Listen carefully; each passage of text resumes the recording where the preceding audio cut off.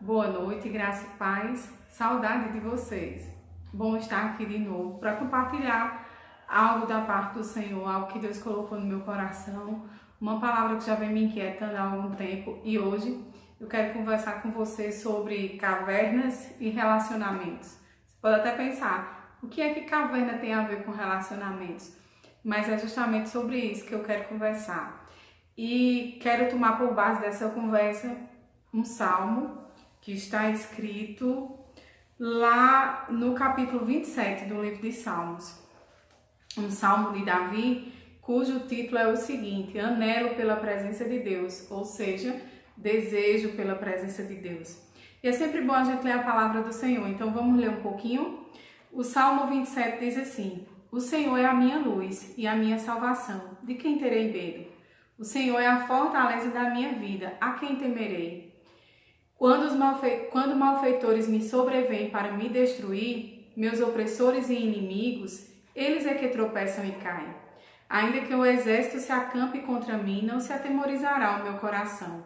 E se estourar contra mim a guerra, ainda assim terei confiança. Uma coisa peço ao Senhor e a buscarei, que eu possa morar na casa do Senhor todos os dias da minha vida, para contemplar a beleza do Senhor e meditar no seu templo. Pois no dia da adversidade, ele me ocultará no seu pavilhão, no recôndito do seu tabernáculo me acolherá, elevar-me-á sobre uma rocha. Agora será exaltada a minha cabeça acima dos inimigos que me cercam. No seu tabernáculo oferecerei sacrifício de júbilo, cantarei e salmodiarei ao Senhor. Ouve, Senhor, a minha voz, eu clamo, compadece-te de mim, responde-me.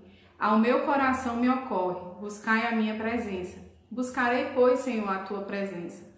Não me escondas, Senhor, a tua face. Não rejeites com ira o teu servo. Tu és o meu auxílio. Não me recuses nem me desampares, ó Deus da minha salvação.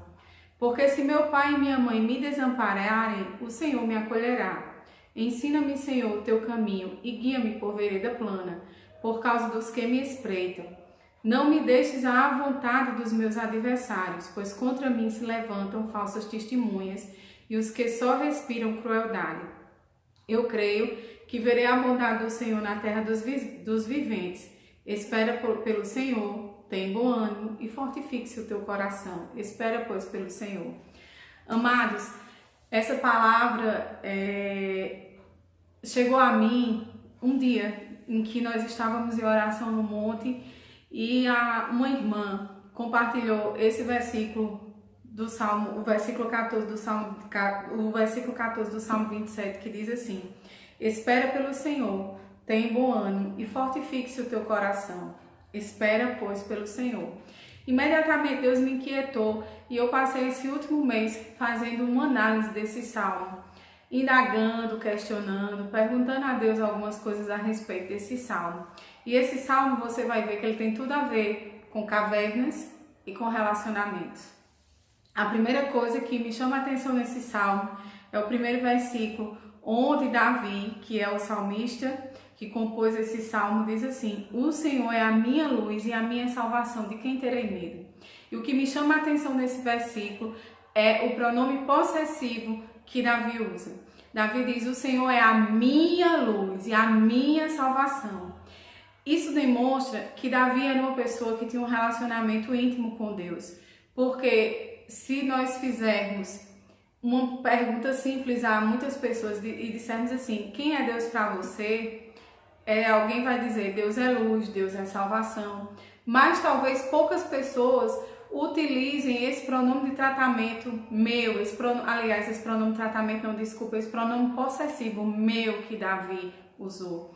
E o uso desse pronome possessivo demonstra que Davi era uma pessoa que tinha uma intimidade com Deus, que Davi era uma pessoa que sabia que Deus era com ele. E ao perceber isso, no uso desse pronome de tratamento, no uso, desse pronome possessivo, uma coisa me veio à memória e me fez procurar o momento em que Davi escreveu esse salmo. E nas minhas pesquisas eu constatei que a historiografia bíblica ela não consegue precisar qual foi o momento em que Davi escreveu esse salmo, porque há dúvidas sobre se esse salmo foi escrito no momento em que Davi fugia de Saul e se escondeu na caverna, ou se no momento em que Davi fugia de Absalão, quando Absalão quis tomar o trono de Davi, seu pai. A historiografia bíblica diz que esse salmo ele foi escrito em um desses dois momentos, mas não se é capaz, a própria história bíblica não é capaz de determinar o exato momento da composição desse salmo. O fato é que tanto em um momento quanto em outro momento, se foi em um momento ou se foi em outro momento, Davi se encontrava em uma situação de adversidade. Davi se encontrava em uma situação de dificuldade. Outra coisa que eu também pude verificar ao longo desse mês refletindo sobre esse salmo é que nessa situação de adversidade que Davi se encontrava, Davi era uma pessoa que tinha bagagem com Deus. Davi, ele tinha experiências com Deus, porque quando Davi fugia de Saul, ele fugia justamente porque ele tinha sido ungido rei de Israel. Ele estava esperando justamente o trono vagar para ele poder sentar na cadeira de Saul. E Saul, claro, ele se insurgiu contra Davi porque Saul sabia que Saul sabia que Deus tinha lhe retirado a graça sobre ele. E se pôs em marcha à procura de Davi, perseguindo Davi e matando Davi. Mas nesse momento da vida de Davi já tinha derrotado Golias antes. Então Davi era uma pessoa que já tinha experiência em situações adversas. A mesma coisa se nós usarmos a perspectiva de que esse salmo foi escrito quando ele estava fugindo de Absalão. E quando Davi fugia de Absalão, ele já estava na sua fase final de vida. Ele já era velho, ele já estava velho e foi traído pelo seu próprio filho, Absalão, que quis usurpar o trono do pai. E Davi fugiu. A Bíblia, a própria Bíblia, lá no livro de 2 Samuel, relata que Davi fugiu, abandonou Jerusalém justamente porque ele não queria que houvesse guerra lá em Jerusalém, e ele foge para o deserto. Foge com sua casa toda, foge com os servos, mais de 6.000 pessoas, muita gente, e ele deixa as pessoas lá e ele vai se esconder nos vales do deserto. Então Davi era uma pessoa que estava fugindo nos dois momentos em que se cogita que esse salmo tenha sido escrito. E justamente por isso, por ter experiência com Deus, por ter bagagem com Deus, ele diz: o Senhor é a minha luz e a minha salvação. Então a primeira conclusão a que eu chego é que Davi, ele utiliza esse pronome possessivo porque ele era uma pessoa que tinha experiência com Deus. Mas para ter experiência com Deus, ele passou por situações de adversidade. Ele passou por situações em que ele teve que enfrentar gigantes, ele passou por situações em que ele teve que derrotar inimigos, ele passou por situações em que ele teve que vencer guerras. Então, a adversidade com Deus, ela pode vir, aliás, a adversidade com Deus não, desculpa, a intimidade com Deus, ela pode vir decorrer de várias situações nas nossas vidas. Mas é bem verdade que na maioria das vezes essa intimidade ela é maior nos momentos de adversidade.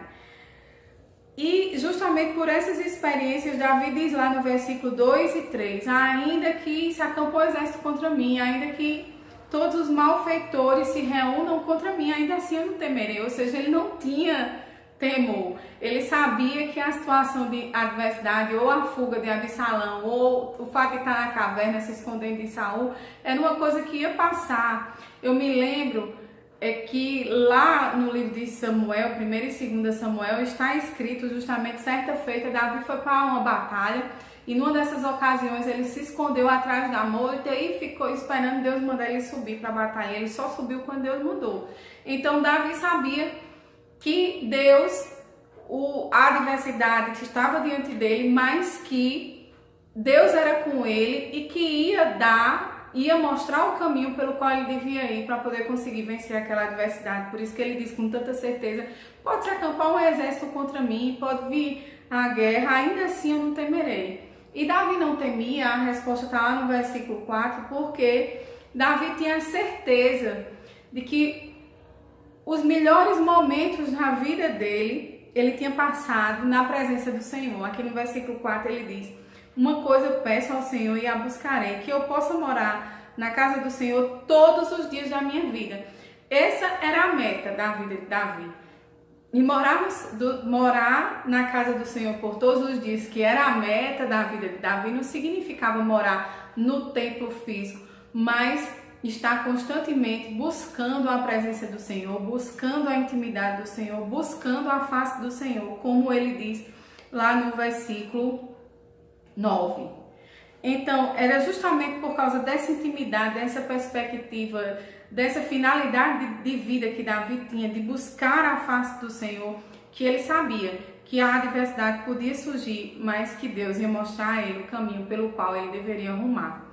E Davi tinha tanta certeza que ele dizia o seguinte: no dia da adversidade, Deus vai me esconder no seu pavilhão, ele vai me esconder no recôndito do seu tabernáculo, ou seja, naquele lugar mais secreto do tabernáculo de Deus. Davi tinha certeza de que Deus iria escondê-lo lá nesse dia da adversidade. Davi diz: depois de tudo isso, depois que essa adversidade passar, depois que eu tiver sido escondido no recôndito do tabernáculo do Senhor, no lugar mais secreto do tabernáculo do Senhor, eu sei que a minha cabeça será exaltada sobre a cabeça dos meus inimigos e que eu irei ao templo para oferecer sacrifício de júbilo. Ou seja, Davi tinha certeza da vitória. Davi sabia que chegaria o dia em que ele iria dar o culto de ações de graça. Mas o que me chama a atenção desse salmo também é que a gente pode constatar nele que há duas partes. E na segunda parte, começando lá no versículo 7, a gente nota que Davi tem como se fosse um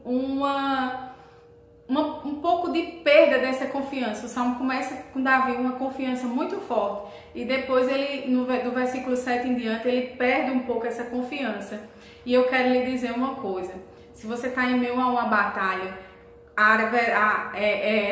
dias, né? Em certos dias você estará com uma força de um gigante, mas em outros dias você vai muito provavelmente estar como Davi estava aqui do versículo 7 em diante, se sentindo um pouco abatido, um pouco abalado. Isso é normal. Davi aqui no versículo 7 ele diz: ouve, ó Senhor, a minha voz, eu clamo, compadece-te de mim e responde-me. Ele pede socorro a Deus, ele pede resposta a Deus, ele clama a Deus. Imediatamente, na hora que ele clama, no versículo 8, ele já obtém a resposta. Uma resposta que inclusive ele já sabia, que era de que ele, para se reanimar, precisava buscar a presença do Senhor. E Davi, ele sabe tanto que a presença do Senhor é importante, que ele vai dizer lá no versículo 10: ainda que meu pai e a minha mãe me abandonem, me desamparem, o Senhor me acolherá.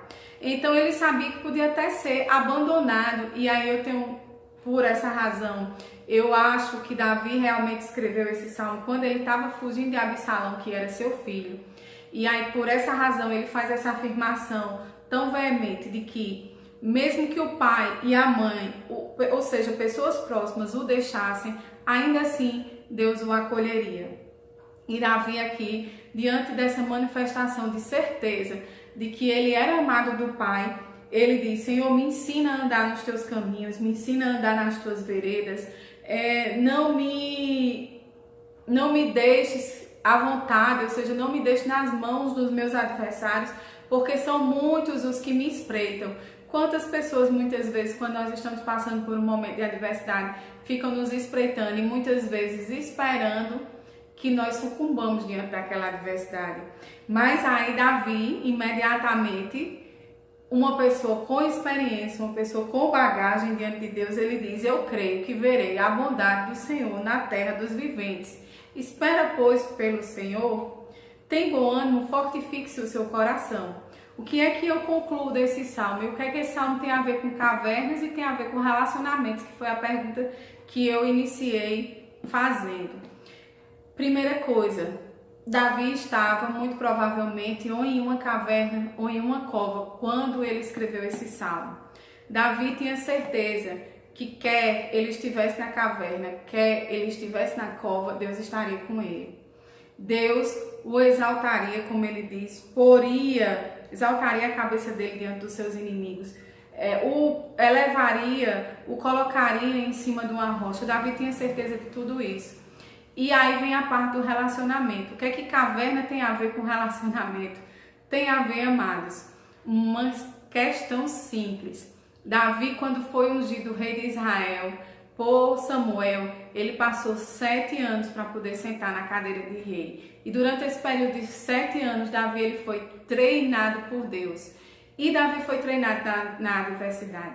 E na adversidade, Deus forjou um caráter de confiança em Davi. Confiança não na força de Davi. Confiança não nos homens que Davi tinha sob seu comando, que eram, a Bíblia relata, homens valentes. Não. Essas ferramentas, Deus havia dotado Davi com elas. Mas Davi, a confiança dele não estava nas ferramentas que Deus tinha lhe dado para vencer as adversidades, mas a confiança dele estava no Deus a quem ele servia. O Deus que o tinha capacitado. E aí, caverna tem a ver com relacionamento, porque muitas vezes é na caverna, é no val, onde Deus forja um caráter de confiança nele. Um caráter de confiança nele. Mas eu quero lhe dizer uma coisa: caverna não é lugar para ser humano estar. Caverna pode até ser um lugar de fuga. Caverna pode até ser um lugar de esconderijo momentâneo. Mas deixa eu te dizer uma coisa nessa noite. Sai da caverna, porque Deus quer falar contigo.